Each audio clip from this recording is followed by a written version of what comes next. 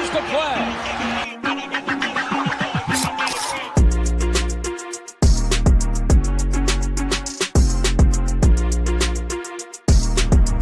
We're going to be talking basketball.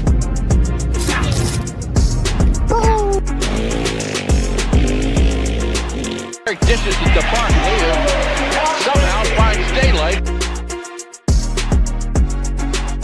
Allen for the win! Yes!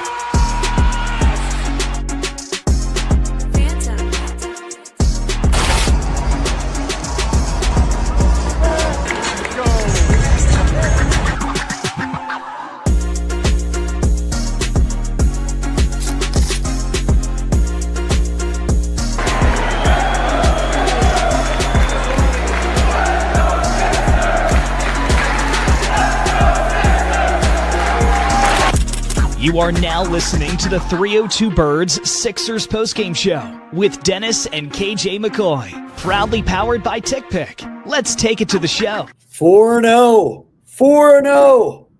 Oh, man, this team. Wait, what are you doing, Dennis? I told you the one thing not to do, and you did it anyway. What'd I do? You screwed up the intro. You hit the button twice again. No, they didn't notice. Yeah, okay. It didn't go live yet, so it was fine. Whatever. It didn't go live. We're 4-0 though, KJ. Yeah, we're 4-0. Come on, get that sourpuss face out of here. We're 4-0. We're 4-0. Wow. For the first time in since 2019, I believe it was 2018, around that time. So, but definitely this is a different team than what we saw back then. It definitely is, and bear with me, guys. I went to the Flyers game last night with a bunch of the 302 Birds guys, and we were yelling at Penguins fans, and it was a lot of fun. So, did you tell them they eat tacos upside down? What's up? Did you tell them they eat tacos upside down? We told well, let's just say Chris told them a lot of things. Let's just say that. You guys let Chris off the leash? You can't do that. I mean, he doesn't own a leash, so we don't own a leash for him. But yeah, let's get into it. I know we got some comments in here. We got Paul's here, Lewis is here, Chris is here, Jesse's here. What's going on, guys? Jesse. What's going on, Jesse? We got Chris, they do sit with the best record in the league right now. Very impressive for the Sixers. They've already played one game without Embiid. They did struggle a bit, but we'll touch on that. It was not the Hornets game. KJ, you were at the game for the Hornets. Yes. Can you give touch to our fans here of what you noticed, what you saw, the reactions in the stadium of how they're playing, just how they're, answering? Yeah, definitely. I mean, it was more optimism, I'll tell you that. And it just seemed like definitely a different vibe. Embiid really didn't play in the second half at all. And I'll tell you one thing. Like, people were honestly just, happy that they were not mad that he wasn't there. I mean, it just seemed like everyone was just pumped about Tyrese went off once again, like he keeps on doing. And, I mean, he was just draining deep three balls, great passing. VJ looked really good as well. So, in that game, it was awesome. And, I mean, for just the place this place lit up when Quentin Grimes hit that shot. When he hit that shot in the fourth quarter, it was just – that place went bananas, and it was insane. So I loved every moment of that game. Well, actually, not every moment, but, I mean, we were losing at the end of the fourth quarter. I mean, at the end of the third quarter, we were losing. And then we came back once again. So this team definitely has a lot of perseverance. They really do. I mean, young guys, a lot of them play like they are veterans, which is crazy. And it's amazing to see VJ Edgecombe in person, dude. Just the poise he has and just the veteran mindset he has for a rookie. And he's only 20 years old. I mean, the sky's the limit for this kid. I'm so excited to see this kid blossom into a superstar in this league. I really do believe we have something going with Maxey and VJ. Would you say it's early to say, but is he as advertised or is he more? I think he is. Well, the main thing was when this draft happened, the big headline was Cooper Flag. And everyone was talking Cooper Flag this, Cooper Flag that. And we were all really upset that we didn't get the first pick, and the Mavericks got the first pick. But honestly, I'm looking back at it, and I'd rather have VJ Edgecombe than Cooper Flag. And I know that sounds crazy, but I honestly, I love the way this kid plays. The way just his energy is just insane. Like his motor is just going to keep him going for this team. It's going to keep this team going in general. So just his veteran mindset. I think the way he was advertised, I think was great, but I did not think he was going to be this good at this beginning. I mean, at the beginning of the start of the year. It's just insane. So I want to give you some stats What you for got? points wise from the game. Yep. Dominic Barlow 1 for 2. He only had 2 points, played 16 minutes. Joel still on the minute restriction for that Charlotte's game to put us at 2-0. 7 for 11, 3 for 6 from 3. He had 20 points, Embiid with 2 steals, which is hardly ever happens. Kelly Oubre had 37 minutes, 7 for 10, 2 for 3, 3 for 3 from the free throw line, 19 points, 2 steals as well. Tyrese playing a crazy 42 minutes, 7 for 20, 7 for 20 field goal percentage. 3-point was 4 for 9. He was 10 for 12 from the free throw line and had 28 points. VJ Edgecombe, 40 minutes, 6 for 15, 1 for 3 from 3. Had 15 points, and he had a block, and so did Max. That was a key play. I remember seeing that. Justin Edwards with 9 points. Andre Drummond with 7. I believe he had a big dunk at the end to help seal it. And he did. Bona had 1 point for however the hell that happened. And then Quentin Grimes with the dramatic 24. So my opinion from the game, from what I saw, because I can't watch it down here. I have to watch everything in slow motion and delayed. I really feel like this team is just now scratching the surface. They haven't really opened everything they're capable of. Paul George still hasn't played, which I'm not even worried about it, but I think it'll help once he gets in. But I feel like we are seeing something really special develop as we've dealt with really bad stuff for the last 2 years. I think we're going to get something really, really special. Yeah, I think so. And also in that game, I'll tell you one thing. I mean, I was even at the game, but if you told me that Embiid scored 20 points, I'd be like, I don't even remember, to be honest. But he scored 20 points in that game with 20 minutes. Well, all his minutes were in the first half. He didn't play in the second half. Oh yeah, he didn't play in the second half. So yeah, that was a crazy thing. But I mean, like, he wasn't in the second half at all. So I think with Embiid, and there was a lot of talks recently about how he was saying that he rather, with his kind of role that he's playing, he rather just be at home with his family, and he's played 12 seasons now.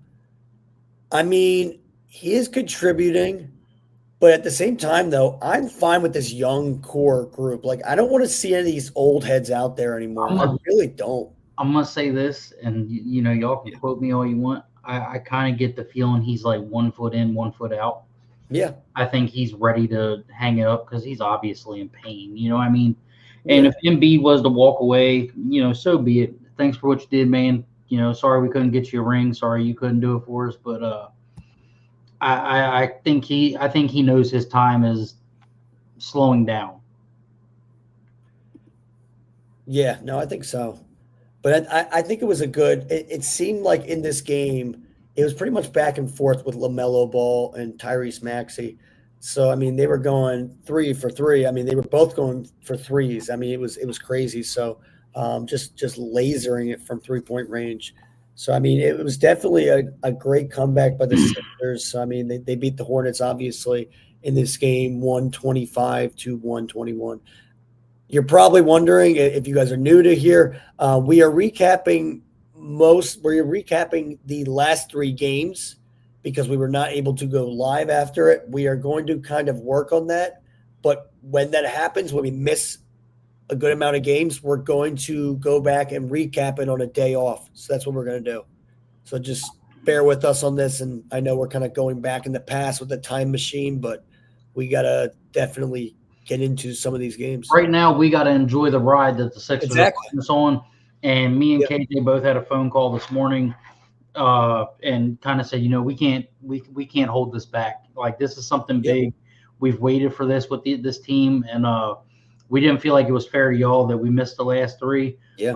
I have a crazy work schedule where I work 3 to 11, and then KJ's busy as well with multiple things. But we also have other stuff outside of this that we do besides work. So we just wanted to make sure that we stayed accurate and give you guys a good show. Yeah. But KJ, if you want to bounce us to the Magic game, the Magic game was no Embiid.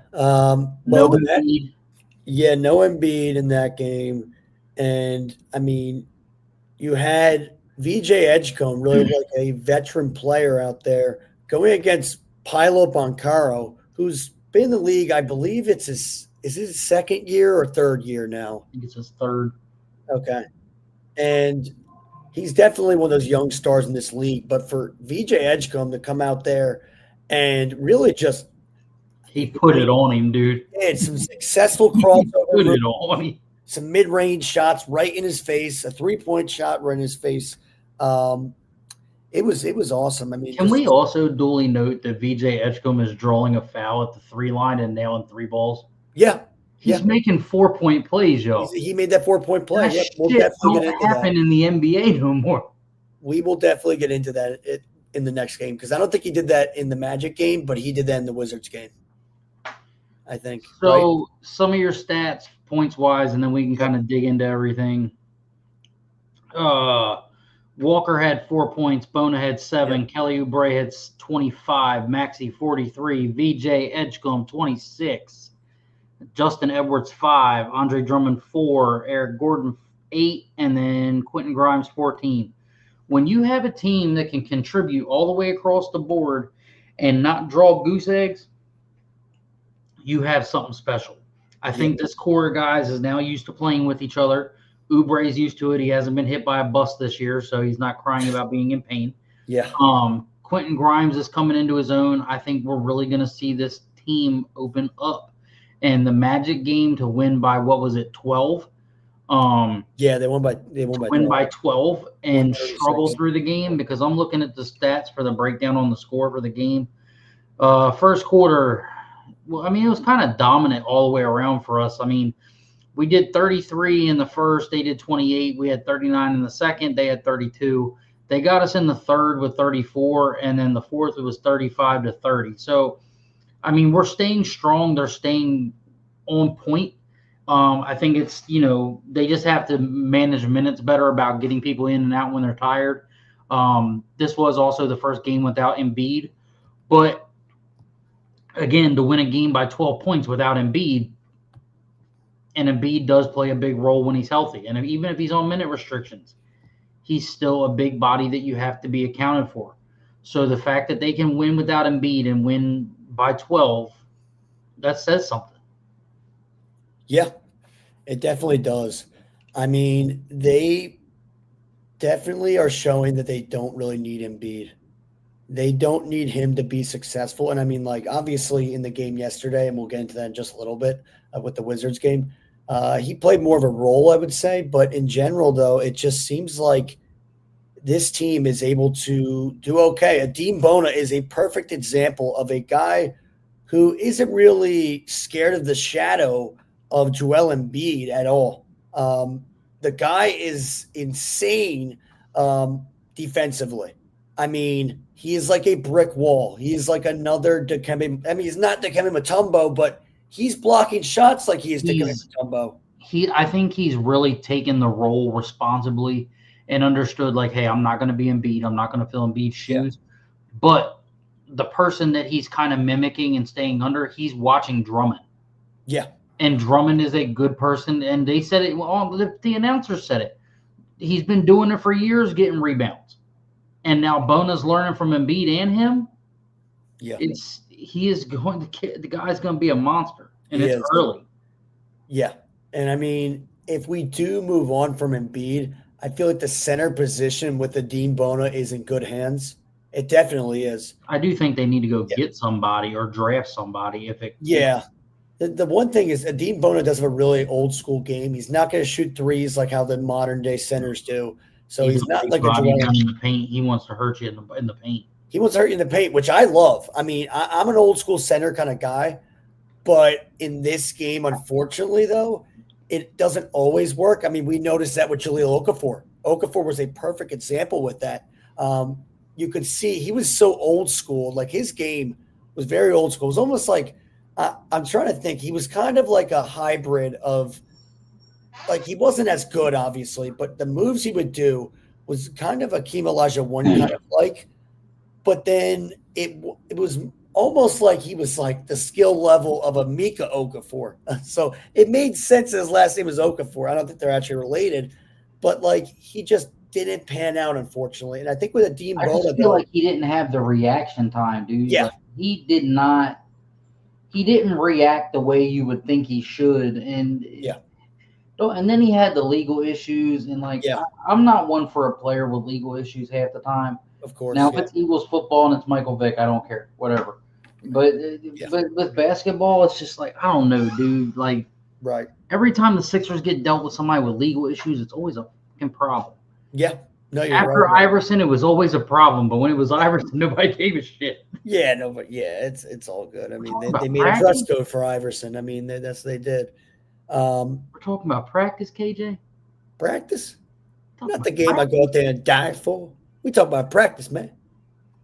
I could do it better when I have a voice. I swear I have a way better voice saying practice, but I don't have a voice right now. It's okay, y'all. It's KJ's mustache fault. Oh, yeah, it's not there.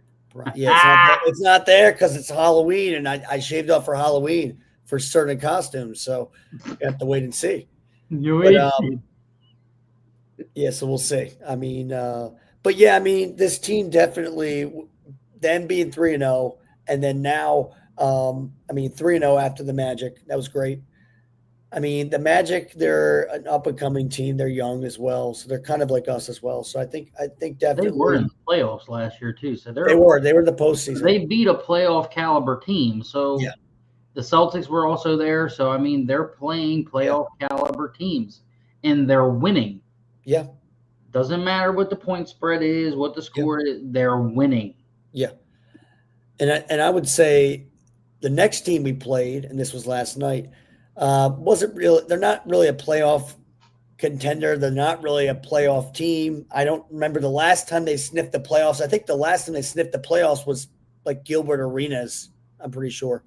But yeah, they got the win against the Wizards. I wasn't really able to watch a lot of that game, but you were, right, Dennis? What did you see? There you go. Don't call it a comeback. Them boys are mean. That's all I'm going to tell you. Yeah. Them boys are mean. The fighting fashion that they came back in the third, they dropped 32 in the fourth, and the Wizards only put up 16. Yep. So when they came out of overtime, the Wizards went up 4 early. I mean, they looked like they had just pounded it down our throat, and they did not go away quiet. Maxey just did what Maxey does, him and Edgecombe, and just delivered. Quentin Grimes to tie it, to go into right there at the end. There's just no fight or no give in this team, dude. There's no give in this team at all. I don't know how else to put it except that they just don't give up, and they're knockdown, gritty, old school Sixers basketball. Yep. Oh no, it's Joe. Damn it. Go away, Joe. I don't like you. It's $150 for an appearance on your show. Oh boy. You hear that? Dennis calling you out. But yeah, I mean, so I feel like, yes, so I was able to track the game a lot yesterday. I was at the Flyers game. So, I mean, but for the most part, though, when I would go downstairs and go to the concession stands, they would have the game on. So I was able to see a little bit of it. And I took a little glimpse of it. And definitely, I mean, like, it's insane to see how, like, much of a motor that Tyrese Maxey has shown this year. And I mean, just like the growth as well. I mean, he was an insane player last year. Now he's a phenomenal player already, and he looks like it. Like he went I from feel a guy like who he's was an got all-star. bulkier. He went from a guy who was an all-star last year to now maybe a potential MVP guy. He could be an MVP. If you think about it, he could be one of those guys who does compete for an MVP title because the numbers that he is racking up right now, 29. This game he had 39. I think it was like 40-something the other game. And then I think another 20-something. I mean, like that's crazy. 4 games in a row that he has more than 20-plus points. It's insane. So, Jesse, to answer your question, they play Cleveland November 5th next week, next Wednesday night. Yeah. I think me and KJ are definitely going to try and go live after that game because that is going to be a huge game for the Sixers. It is huge. They've got a tough matchup coming up through the next few that we really need to keep an eye on. Boston is not going to let that loss in the beginning of the season sleep lightly. They play Boston on Friday for Halloween. Then they play Brooklyn in New York on the 2nd. Yep. Then they play Chicago on the 4th. And then they go so they play back-to-back. They play the 4th and the 5th, but they play Cleveland on the 5th, take a day off, 2 days off. And then Saturday, the return of the iconic black jerseys against the Toronto Raptors. Yes. This is Nick Nurse's former team. So they've got a tight little stretch there. I mean, it's not going to be no walk in the park. I mean, they're going to have to straighten up and get ready. But, I mean, if they can keep playing the way they're playing, I think we've got something. It's just about staying healthy. Jared McCain could be back at any point. I don't know about Paul George. I haven't looked at it. But if they somehow miraculously get Paul George and Jared McCain back and Kyle Lowry decides he wants to stop freaking holding his tampon, we might have a chance. And it could get nasty because even Kyle Lowry, when he's healthy, he's still a force. He's Kyle Lowry. Yeah, he was. And I remember when he came out in that city, what do they call it? The city jerseys we had last year, the city edition, the statement, whatever they called it. When he came out with his debut as a Sixer, he went off. He went totally off. And I remember I think he had more than like 15 points in that game. So he definitely has some spurts like this. This is obviously his last season. He's also doing he's the first ever analyst / player. Freaking weird. Which is crazy. So he's an analyst at the same time as he's a player. So it's like really weird. So you can see him though on the sideline, and it seems like he's really coaching up VJ. He's coaching up Tyrese a lot. He seems like that kind of guy. I wouldn't be surprised. I'll tell you this, Dennis. If he comes back as a coach and he's one of the guys on the bench for the Sixers, and he's one of like our assistant coaches. He's gonna be that role that Adam Sandler was in that movie. Oh yes. In Hustle. He's gonna be that. Yeah. Oh, shit. Take orders from Doc Rivers. Yeah. I think we should let Chaos Chris be the point guard of the Philadelphia 76ers. Oh, geez. It'll just cause chaos. It would cause chaos. Chris is right, though. Barlow does look pretty good. I'm not in on him yet. I'm going to say give it until like December, like we said with Embiid, and we'll go from there. Yeah. He seems like a project, but, I mean, he's got some good – I mean, he's got some good potential, I feel like, though. I feel like he could be a decent player. It seems like he really does kind of feed off the energy from this team. So I think right now Barlow's looking okay. He didn't play in that game, though, yesterday, right? I don't think he did. Oh, what did we just play? Wizards? Let me go. It's saying he didn't play. Hold on. Bear with me. Yeah. Give Dennis a minute. I'm old. Yep.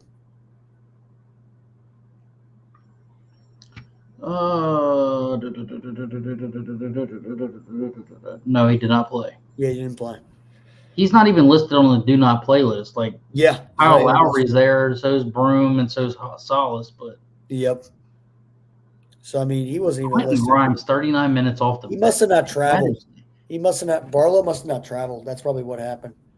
He wasn't traveled. 39 minutes. Dude, I mean, Quentin Grimes, man, it's definitely he deserved a contract. I mean, maybe not what he wanted, but he got a contract. I think what is it, 1-year deal or something like that again? Mm-hmm. So they're running it back again, 1-year deal. And I mean, he If definitely he delivers this year, they got to pay him. How do you? I mean, Oh, you yeah. you pay Tobias Harris all them years with that Yes, bullshit, exactly. and you don't pay him. What the hell? Exactly. I mean, like Tobias really didn't even step up at times. I mean, there was times where like, yeah, in the regular season, like Tobias would show up sometimes, but it wasn't that crazy of numbers for Tobias ever. So I mean, like that was a crazy thing. I mean, he just was I'd rather pay Moose to sit on the sideline than pay Tobias Harris. The Moose. Yeah, probably. I mean, the Moose would be very negative with this team. He already is very negative with the team. I don't think he cares that we're 4-0. He still thinks we're going to get crapped on, but I get it. I get it. I mean, I get some people being still trying to really trust in the Sixers, but they can't. Some people can't. I do because I trust them and then I don't. Same time, it's like, but like, No, I also Jesse, no. Don't even mention that name in this chat. Don't know. what? Delete that comment. Take it out. Don't even put it on the screen. Do not putting it on. No, we will not mention that bum's name on this podcast. Yeah, Mr. Softy. We don't even like the fact that his name's in our history books that he has points scored with us. No, hell no. Yeah, and somehow he has 3-pointers made. I'd rather talk about Nerlens Noel than this dude. Hey, I like Nerlens. I did too, but I like Nerlens. I'd rather talk about the new video board on the side of the building than this guy. All right, would you rather talk about this guy, Mr. Softy, or Andrew? I'm not going to finish the rest. Are you fucking kidding me right now? I'm not going to finish his last name. Are you fucking kidding me right now? Just testing the waters, okay? Are you? Do you want me to go back to the freaking speech thing that I did last year that I got in trouble for? No. Okay, then. Oh, jeez. But I can't believe you would even go that far. Yeah, I know. I mean, what did you see though? I mean, the defensive performance from Adem Bono. It was 5 blocks last night, wasn't it? The guy's disgusting. The guy's insane. I'm looking. Hold on. Bono. I think he had 5 blocks. From yep, 5 blocks. I mean, that's Drummond had 1. Maxey had 1. Oubre had 1. Embiid had 1. We had 11 blocks last night. That's crazy. 7. And I saw that there was a Wizards fan talking crap to the Sixers, and he got a taste of his own medicine. And to be honest, I didn't even think Wizards fans even existed, but they do. And there was a fan who was wearing the hot pink Blossom jersey, the whatever they have, that stupid Blossom jersey they have. And I was like, don't get trolled by a guy in hot pink. You know what I got to say to that guy in hot pink if this ever gets out there? Yeah. Shut up, bitch.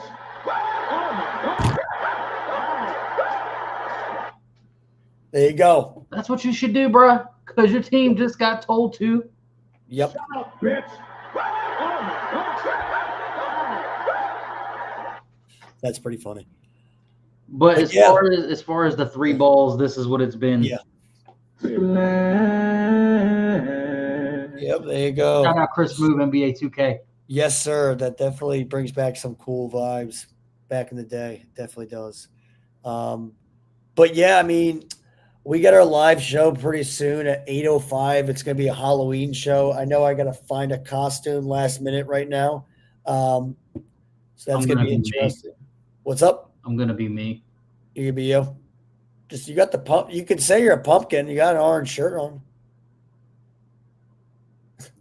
You're good. I'm saying I'm fat. No, didn't say that. You're saying I'm fat. Didn't say that. Jesse, didn't he word it? I was fat without saying it. You said that. You basically said I'm fat without saying it. Hey, when I have an orange shirt on, I look like a pumpkin too. So just know that. You look like a fucked up blackberry right now. Okay. I'll take it. I'll take it with a red hat on. All right. I'll take it. Yeah, blackberry with a cherry. I was not trying to freaking roast you. I was just saying and trying to make it have a Halloween costume somehow. I don't know, man, but what a great few days it's been to be a Sixers fan. 4-0. We're gonna cap this thing off and get ready to end it here because we got to get ready for the other show. But we just wanted to touch base with you guys again. Thank you to all the sponsors. Thank you to everybody that supports 302 Birds. Thank you to everybody that supports 302 Sixers post-game show. We appreciate you guys, all the support, the advice you guys give us. We do get messages periodically. I know I get messages through Twitter and stuff saying how good they like the show. Again, I can't do it without KJ. Appreciate him. Appreciate Dalton. God bless y'all. Go Sixers. Go Birds. You know the deal. Don't call it a comeback. Let's go. Go Sixers. Ring that bell. And let's not ring the bell. They can no. No, ring that bell. The Phillies say ring the bell. We say ring that bell. Play the song. Yeah, play that song. I can't remember. I don't have that song downloaded, though. We'll download it soon. But play the song and get hip-hop out of his rabbit hole. Come on. Get him out. 104, 7 seconds to play.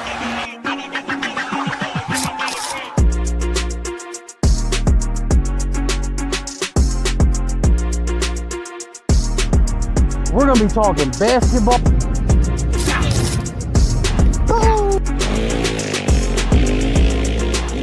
Dishes it to Barkley, who somehow finds daylight. Allen for the win! Yes!